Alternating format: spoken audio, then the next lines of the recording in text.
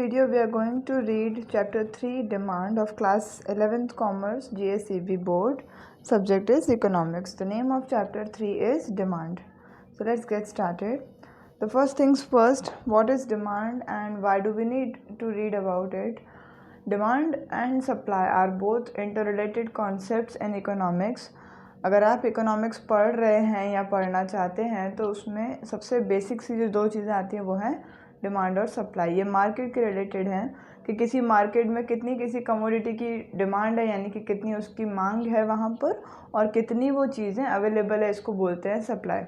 तो इस चैप्टर में हम ये सब चीज़ें सीखेंगे कि कैसे डिमांड को कैलकुलेट किया जाता है, डिमांड को कौन कौन सी चीज़ें हैं जो इफ़ेक्ट करती हैं, साथ साथ में कई सारे ऐसे गुड्स हैं जिन पे ये लॉ ऑफ डिमांड जो है, डिमांड का जो रूल है वो किसी चीज़ पे नहीं अप्लाई करता। तो इन सारी चीज़ों को एक एक करके इस चैप्टर में हम सीखने वाले हैं। मीनिंग ऑफ डिमांड, डिमांड क्या होती है? एक किसी भी कमोडिटी की क्वांटिटी कि कितनी मुझे वो चीज़ चाहिए जो किसी बायर को डिज़ायर है, वो एबल है और विलिंग टू बाय है at a given price and given point of time. Suppose कर लीजिए कि मैं ही एक बायर हूँ, मेरी इच्छा भी है, डिज़ायर है, मैं काबिल हूँ उसे ख़रीदने के लिए और मैं उसे लेने के लिए सक्षम भी हूँ उस प्राइस पे और उस पर्टिकुलर टाइम पे। तो इसको हम क्या बोल देंगे? डिमांड। ये 5 फैक्टर से डिटरमाइन होती है, वही 5 फैक्टर जो अभी आपने यहाँ पर देखे। First is desire, willingness to buy, ability to buy, price and point of time. यानी ये सारी चीज़ें जो है मिल करके डिमांड को डिटरमाइन करती हैं। फैक्टर्स अफेक्टिंग डिमांड और डिटर्मिनेंट्स ऑफ डिमांड, ये मोस्ट इम्पॉर्टेंट क्वेश्चन है in your exercise. Price of that commodity और service, when price of a good falls its demand expands and vice versa. First and foremost thing that demand is getting affected by, that is the price of the particular commodity. अगर उस चीज़ की price कम हो रही है, fall हो रही है, तो उसकी डिमांड जो है वो एक्सपांड होगी, यानी कि बढ़ेगी। इसी तरीके से अगर उसकी प्राइस बढ़ रही है तो उसकी डिमांड कॉन्ट्रैक्ट हो जाएगी, यानी कि वाइस वर्सा हो जाएगा, उल्टा हो जाएगा। प्राइस के सिवा भी कई सारे फैक्टर्स हैं। For example taste and preferences of a consumer. As a consumer मैं कौन सी चीज़ लेने में इंटरेस्टेड हूँ, मेरी इनकम क्या है। अगर सपोज़ कर लो मुझे कोई चीज़ ख़रीदनी है जो बहुत महंगी है और मेरी उतनी इनकम है ही नहीं, तो कोई डिमांड उसके लिए जनरेट नहीं की जा सकती है। Related goods, substitute goods and complementary goods. अब ये होते क्या हैं? सब्सटीट्यूट गुड्स वो हैं कि एक के बजाय आप दूसरा यूज़ कर सकते हैं, ऐसे गुड्स को हम बोलते हैं सब्सटीट्यूट गुड्स। इसका बेस्ट एग्जांपल है टी एंड कॉफ़ी। आप अगर चाय नहीं ले रहे हैं तो आप कॉफ़ी पी सकते हैं। Second is complementary goods. Complementary goods वो होते हैं जो एक दूसरे के बगैर नहीं चल सकते। For example if you are buying bread and you need to buy butter, दोनों साथ में चाहिए। सिमिलरली अगर आप व्हीकल खरीद रहे हैं, you need to have any one of the fuels which are available in the market और which is suitable to your vehicle. तो कोई भी ऐसी चीज़ जो एक के बिना दूसरे का काम नहीं हो सकता, तो ऐसे गुड्स को हम बोलते हैं कॉम्प्लीमेंट्री गुड्स। इनके जो ये रिलेटेड गुड्स हैं, इनकी प्राइस भी डिमांड को अफेक्ट करती है। इसका एग्जाम्पल देखो, सपोज़ कर लो कि टी का प्राइस जो है बढ़ गया और मैं टी लवर हूँ, तो अब अगर प्राइस बढ़ गया है तो मैं शिफ्ट कर जाऊँगी कहाँ पर? कॉफ़ी पे। तो इस टी की जो डिमांड है वो लो हो जाएगी और कॉफ़ी की डिमांड हाई हो जाएगी। सिमिलरली अगर मान लो अब कॉफ़ी का प्राइस बढ़ जाता है और मैं कॉफ़ी पीती हूँ, तो अब मैं शिफ्ट कर जाऊँगी टी पे। सेम बात होती है। और कॉम्प्लीमेंट्री गुड्स में अगर मान लो कि ब्रेड का जो प्राइस है वो बढ़ रहा है, तो लोग ब्रेड तो नहीं खरीदेंगे, साथ में वो लोग बटर भी नहीं खरीदेंगे, भले बटर का प्राइस उतना ही क्यों ना हो, उसके डिमांड पे भी इफ़ेक्ट होगा क्योंकि ब्रेड नहीं लिया जा रहा है। ठीक है। Expectations about future prices. कई बार हम सोच लेते हैं कि फ्यूचर में इस चीज़ का दाम कम होगा तो हम अभी नहीं खरीदते हैं।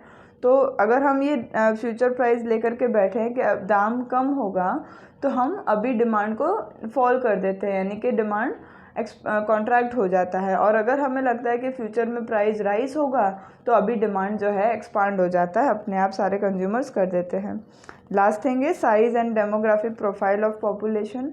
आप जिस एरिया में रह रहे हैं या जिस एरिया में आप अपना सेलिंग कर रहे हैं, वहाँ पर कितने लोग रहते हैं। ज़्यादा लोग रहते हैं तो ज़्यादा डिमांड होना है, और कम लोग रहते हैं तो कम डिमांड होगा। सिंपल सी बात है। Moving on, demand function. Demand function एक ऐसी चीज़ है जो आपको एक गुड और उसके डिटर्मिनेंट्स के बीच में एक रिलेशनशिप बताता है। ये एक मैथमेटिकल रिलेशनशिप है बिटवीन डिमांड और उसके डिटर्मिनेंट्स के बीच में, ठीक है। इसको अगर हम सिंबॉलिकली बताना चाहें तो डी एक्स का मीनिंग है demand of commodity X is equal to, ये सारी चीज़ें उसको इफ़ेक्ट करती हैं। ये सभी चीज़ें अभी हमने प्रीवियस स्लाइड्स पे देखी और वही चीज़ें यहाँ पर सिंबॉलिकली एक फार्मूला में बताई गई हैं। पहली चीज़ है एफ यानी कि फंक्शन, पी एक्स यानी प्राइस ऑफ कमोडिटी एक्स जो मुझे ख़रीदनी है, पी वाई मतलब प्राइस ऑफ रिलेटेड कमोडिटी जो कि दो होती हैं, एक सब्सटीट्यूट होता है और दूसरा होता है कॉम्प्लीमेंट्री। देन पी ई है expectations regarding future prices, taste और प्रेफरेंसेस भी था उसमें, कंज्यूमर का इनकम भी था और अदर फैक्टर्स भी था। इतनी चीज़ें मिल करके आपके डिमांड फंक्शन को डिटरमाइन करती हैं। Moving on, law of demand क्या है देखिए। प्रोफेसर अल्फ्रेड मार्शल ने ये लॉ ऑफ डिमांड हमें बताया है और वो बताते हैं कि प्राइस और डिमांड के बीच में इन्वर्स रिलेशनशिप है। वो ये बोलते हैं when other factors influencing demand remain unchanged, if price of a good falls its demand expands and if price of a good rises its demand contracts। Alfred Marshall साहब ये कहते हैं कि बाकी के फैक्टर्स जो अलग प्राइस के अलावा जो भी जितने भी फैक्टर्स थे डिमांड के, मान लो कि वो सभी के सभी अनचेंज्ड हैं, उनमें कोई बदलाव नहीं आया है। अगर किसी गुड का प्राइस कम होता है तो उसकी डिमांड एक्सपांड होगी और अगर किसी का प्राइस राइज होता है तो उसकी डिमांड कॉन्ट्रैक्ट होगी। सिंपल सी बात है, ठीक है।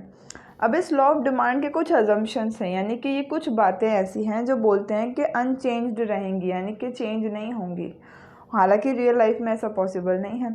फर्स्ट थिंग जो वो बोलते हैं वो है कि कंज्यूमर का टेस्ट और प्रेफरेंस चेंज नहीं होगा।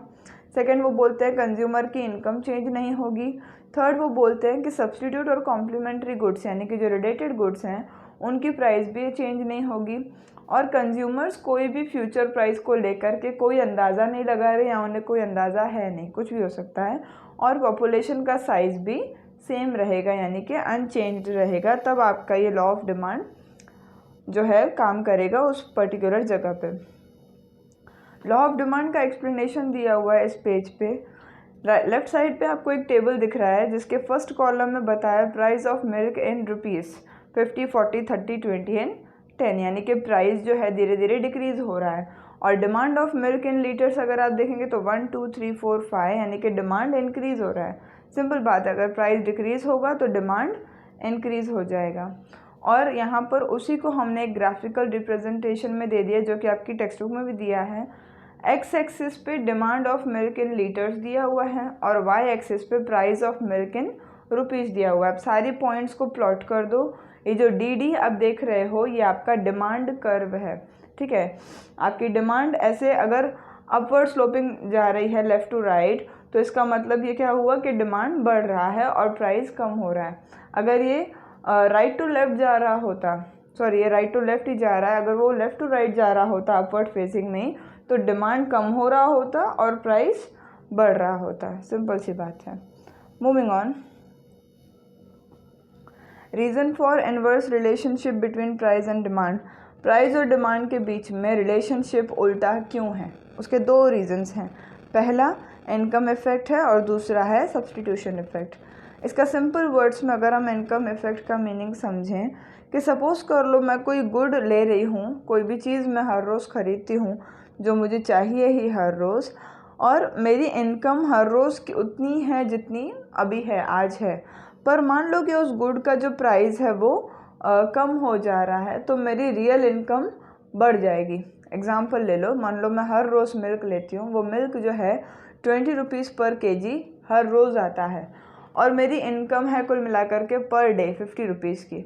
तो 50 रुपीज़ में से मैं 20 रुपीज़ काट देती हूँ किसके लिए, मिल्क के लिए। मेरी जो रियल इनकम बची, जो मेरे एक्सपेंसेस काट के जो मेरी इनकम बची वो 30 रुपीज़, ठीक है। अब जब मिल्क का प्राइस जो पहले 20 रुपीज़ था वो 20 से घट करके 10 पे आ गया, तो ऐसे में मेरी रियल इनकम बढ़ गई, मेरी टोटल इनकम जो है वो 50 रुपीज़ ही है, बट रियल इनकम मेरी हो जाएगी 40, क्योंकि पहले जो दूध मुझे 1 लीटर 20 रुपीज़ का मिलता था, अब वही 1 लीटर मिल्क मुझे 10 रुपीज़ का मिलता है। ऐसे में मैं सोच सकती हूँ कि मैं 1 लीटर क्यों लूँ, मैं 2 लीटर भी ले ही सकती हूँ, क्या फ़र्क पड़ जा रहा है। तो मैं डिमांड राइज कर रही हूँ और प्राइस जो है वो कम हो गया। डिमांड मैं पहले 1 लीटर की कर रही थी, अब मैं 2 लीटर्स की कर रही हूँ। सेकेंड थिंग है सब्सटीट्यूशन इफेक्ट। अगर मान लो कोई भी दूसरा प्रोडक्ट है जो मेरे इस प्रोडक्ट का सब्सटीट्यूट है, तो अगर उस गुड का प्राइस कम हो जाता है तो मैं उसको लेना सही समझूँ, क्योंकि वो रिलेटिवली चीपर है, मेरे वाले गुड से वो ज़्यादा कम दाम में मुझे मिल रहा है। एग्जांपल है कोकोनट वाटर और कोल्ड ड्रिंक्स। आप इसको ले सकते हैं कि मान लो कोकोनट वाटर आप पहले पीते थे, आपको हर रोज़ पीना पसंद है, बट उसका प्राइस राइज हो गया, तो आप कहाँ शिफ्ट कर जाएंगे, कोल्ड ड्रिंक्स के ऊपर। फाइन।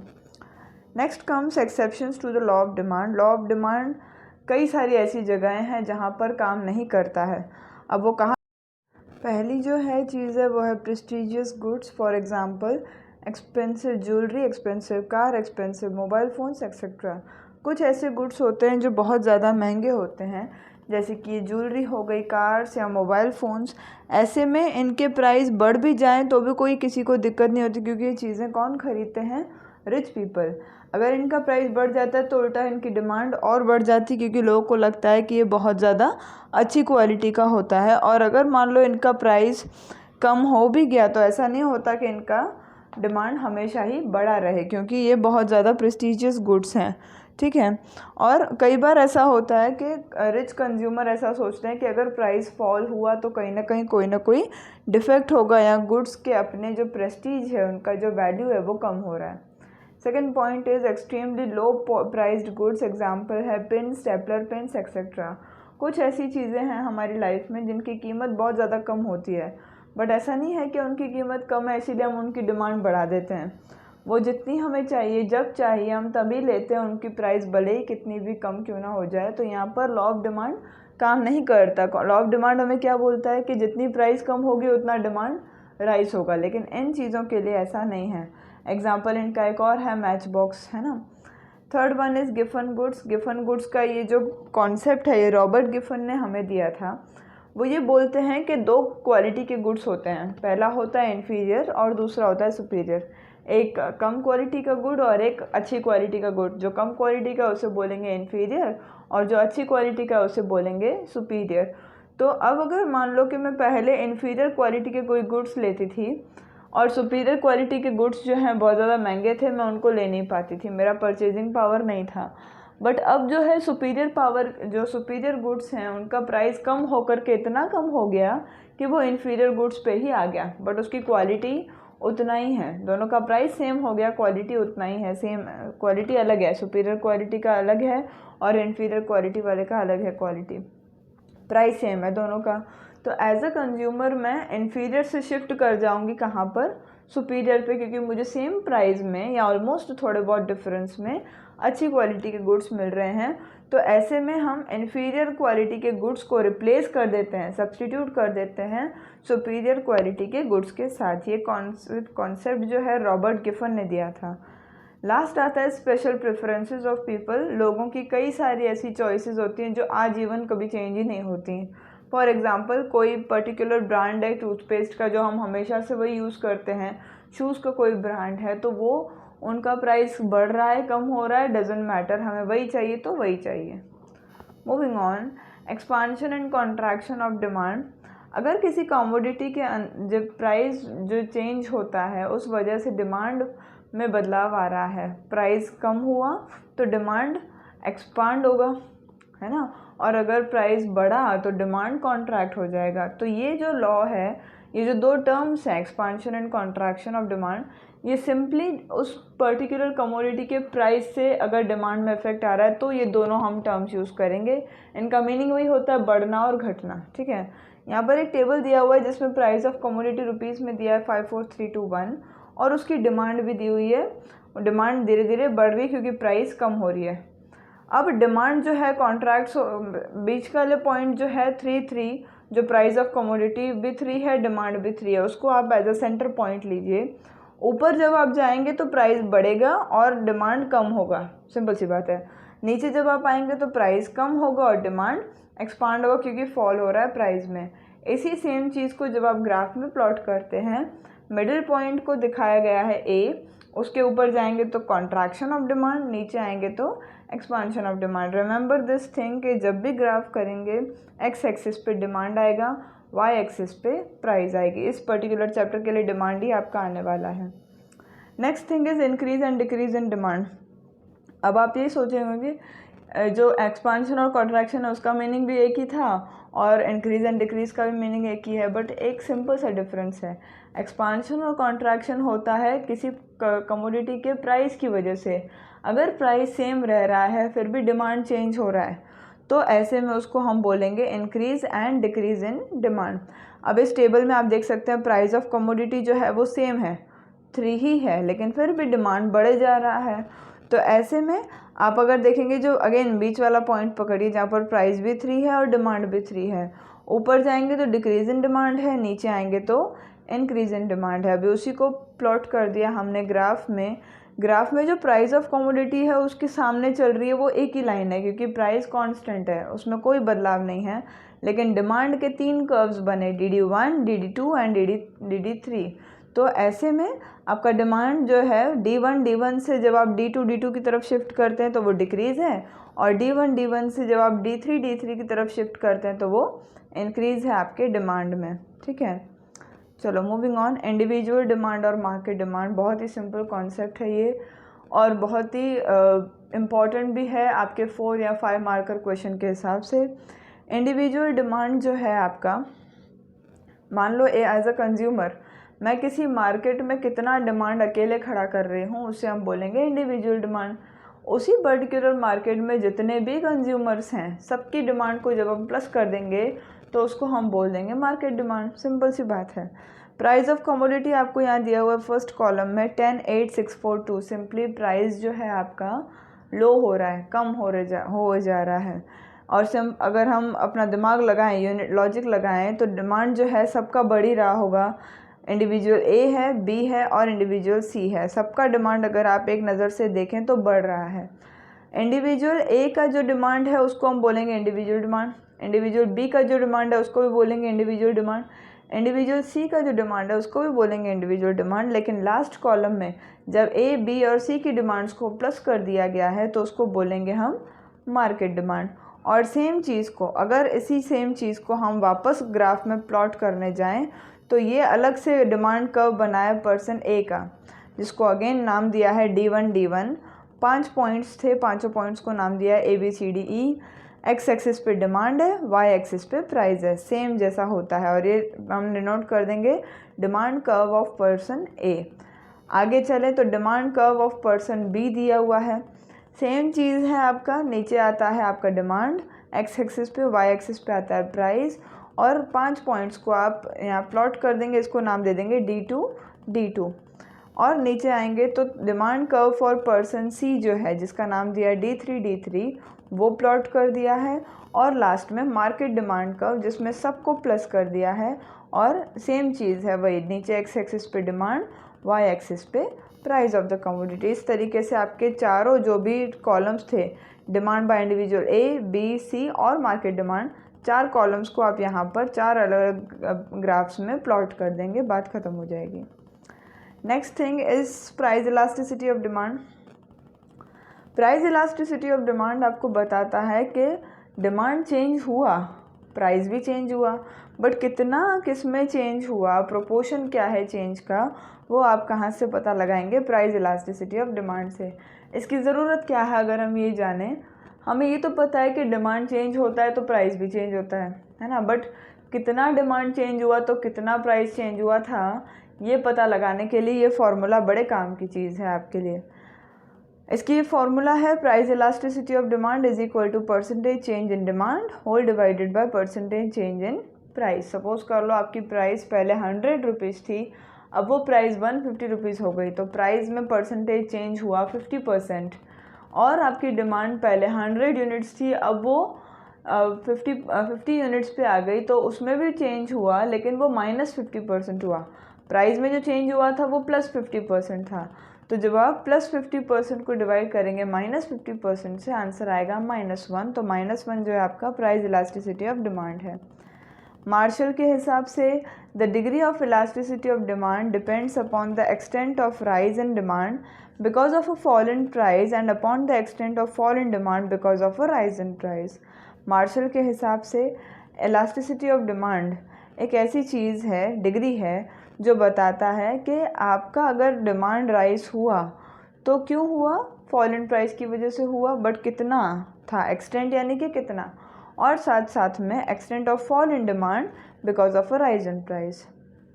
मूविंग ऑन, अब इसकी 5 डिग्रीज होती हैं, degrees of price elasticity of demand की। एक तो इनफाइनाइट, फिर 0, 1, -1 और <1 और more than 1। तो ये सारी की सारी चीज़ें एक एक करके हम यहाँ पर रीड करते जाएंगे। तो ये जो फर्स्ट वाला है परफेक्टली इलास्टिक डिमांड, जिसमें आंसर आता है इनफाइनाइट, ये रियलिटी में नहीं पाया जाता। इनफाइनाइट चेंज डिमांड में और चेंज होता है प्राइस में।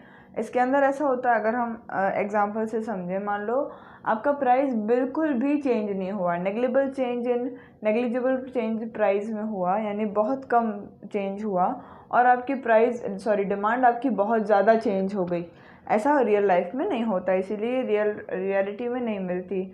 इकोनॉमिक्स में इसको बोलते हैं कि ये परफेक्टली कॉम्पिटिटिव मार्केट में ऐसी डिमांड होती है, बट इकोनॉमिक्स जस्ट बुक्स में है, वो रियलिटी में, प्रैक्टिकल लाइफ में ऐसा नहीं है। इसका ग्राफ जो है वो आप यहाँ पर देख सकते हैं। वाई एक्सिस पे अगेन प्राइस है, एक्स एक्सिस पे डिमांड है, जैसा याद है हमें। प्राइस में आप देख लो कोई चेंजेस नहीं है, बट डिमांड जो है वो आगे बढ़े जा रहा है, तो ऐसे में ये रियलिटी में नहीं मिलता है। मूविंग ऑन, सेकेंड नंबर जो है वो है परफेक्टली इन इलास्टिक डिमांड, जिसमें आपका आंसर है, जब डिवाइड करके जो आंसर आएगा वो आएगा 0। इसमें प्राइस चेंज होता है लेकिन डिमांड में कोई चेंज नहीं है। ऐसी चीज़ें रियलिटी में पॉसिबल हैं, जैसे मान लो कोई चाय पत्ती है जिसकी ब्रांड बहुत ज़्यादा फेमस है, उसकी गुडविल बहुत अच्छी है, तो उसने अपनी प्राइस को राइज कर दिया, जैसे कि आप इस ग्राफ में देख पा रहे हैं। प्राइस ऑफ कमोडिटी राइज हुए जा रहा है, ऊपर चले जा रहा है वो, लेकिन उसकी डिमांड में कोई भी इफेक्ट नहीं है, वो उसी जगह पर डिमांड जो है खड़ा है, ना कम हो रहा है ना वो ज़्यादा हो रहा है। ठीक है, ऐसे को हम बोलते हैं परफेक्टली इन इलास्टिक डिमांड, और इसका आंसर आता है 0। ये ग्राफ्स आपको याद करने की ज़रूरत है। नेक्स्ट आता है यूनिटरी इलास्टिक डिमांड। इसमें आंसर आता है, जब आप डिवाइड करते हैं तो 1। क्यों ऐसा आता है? क्योंकि जितना चेंज आपके प्राइस में हुआ था, ठीक उतना ही चेंज आपके डिमांड में होता है, उतना ही परसेंटेज चेंज आपके डिमांड में है और उतना ही परसेंटेज चेंज आपके प्राइस में है। वो चेंज पॉजिटिव भी हो सकता है, नेगेटिव भी हो सकता है, कुछ भी हो सकता है। और इसका जो ग्राफ बनता है, ग्राफ के अंदर आपको 2 एरोज दिख रहे होंगे। एक एरो जो है M से लेके M1 तक जा रहा है, दूसरा एरो P से लेके P1 तक आ रहा है। ये जो सेम आप स्पेस देख पा रहे हैं, स्क्वायर है एक तरीके का। तो जितना प्राइस फॉल हुआ उतना ही डिमांड इंक्रीज हुआ, इसको हम बोलते हैं unit elastic demand. Relatively elastic demand, जो कि आंसर आता है 1 से ज़्यादा। रिलेटिवली इलास्टिक डिमांड में आप ग्राफ देख करके ही समझ जाएंगे कि देखिए प्राइस जो है वो थोड़ा सा इंक्रीज़ हुआ, ठीक है, लेकिन डिमांड बहुत ज़्यादा डिक्रीज़ हो गया, पीछे की तरफ चला आया डिमांड। तो ऐसे में आपका जो आंसर है, जब आप करेंगे तो डिमांड का जो चेंज है वो बहुत ज़्यादा हो जाता है, प्राइस में बहुत कम चेंज आता है। तो ऐसे में हम इसको बोलेंगे रिलेटिवली इलास्टिक डिमांड। नेक्स्ट वाला जो आता है वो इसका ठीक उल्टा है, जिसमें मान लो डिमांड के अंदर बहुत कम चेंज आया और प्राइस के अंदर बहुत ज़्यादा चेंज आया, तो इसको हम बोलेंगे रिलेटिवली इन इलास्टिक डिमांड। इसका आंसर 1 से छोटा आता है, पहले वाले का 1 से बड़ा आता था, यहाँ पर आंसर 1 से छोटा आता है। इतनी बातें हमें याद रखने की ज़रूरत है।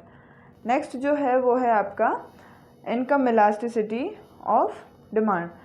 यहाँ पर हमने जैसे पहले पढ़ा था प्राइस का, है ना, तो वो प्राइस से और डिमांड से रिलेटेड था।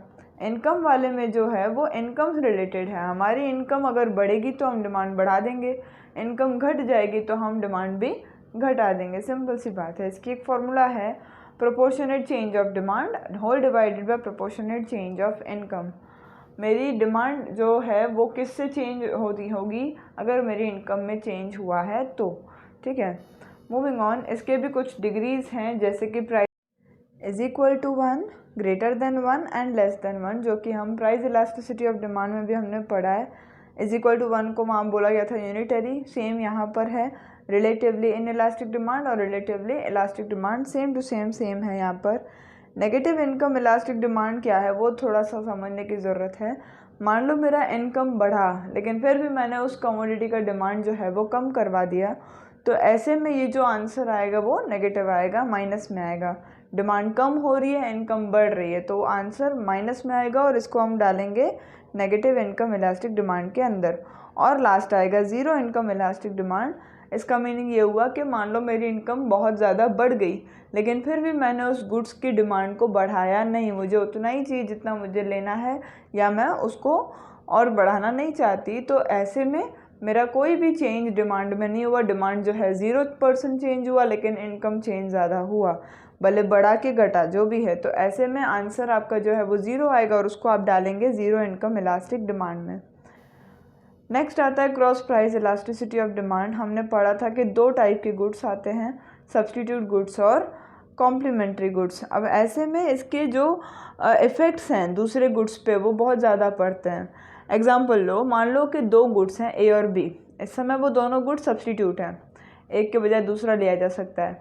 अगर ए का प्राइस बढ़ रहा है तो बी की डिमांड बढ़ जाएगी, क्यों? क्योंकि ए का प्राइस बढ़ा है तो उसकी डिमांड कम ही हो जाएगी और लोग शिफ्ट कर जाएंगे बी पे। सिमिलरली मान लो अब ये दोनों कॉम्प्लीमेंट्री गुड्स हैं, दोनों को एक साथ लेना ज़रूरी है। अगर ए का प्राइस घटा तो बी की डिमांड अपने आप बढ़ जाएगी, क्योंकि अगर ए का प्राइस घट रहा है तो उसकी डिमांड बढ़ेगी, और अगर ए को ख़रीदना है तो बी भी खरीदना ही है, भले वो कितने ही रुपए का क्यों ना हो।